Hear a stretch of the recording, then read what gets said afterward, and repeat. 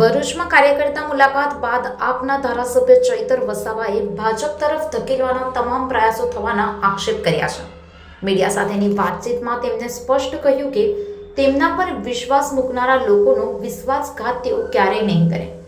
દેડિયાપાડામાં યોજાયેલા વડાપ્રધાનના કાર્યક્રમ બાદ પણ લોકોના સમર્થનમાં કોઈ ફેર પડવાનું નથી એમ તેમણે દાવો કર્યો છે। ચૈતર વસાવાએ ભીલ પ્રદેશની લાંબા સમયથી ચાલી રહેલી માંગને ફરી એકવાર દોહરાવી હતી અને કહ્યું કે આ માંગ વહીવટી સુગમતા માટે જરૂરી છે।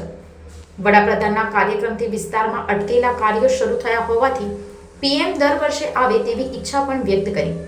બેઠકમાં જિલ્લા આપ પ્રમુખ પિયુષ પટેલ સહિત અનેક હોદ્દેદારો હાજર રહ્યા હતા। ભરૂચથી સંવાદદાતા સાથે અભિપ્રાય ન્યૂઝ વડોદરા।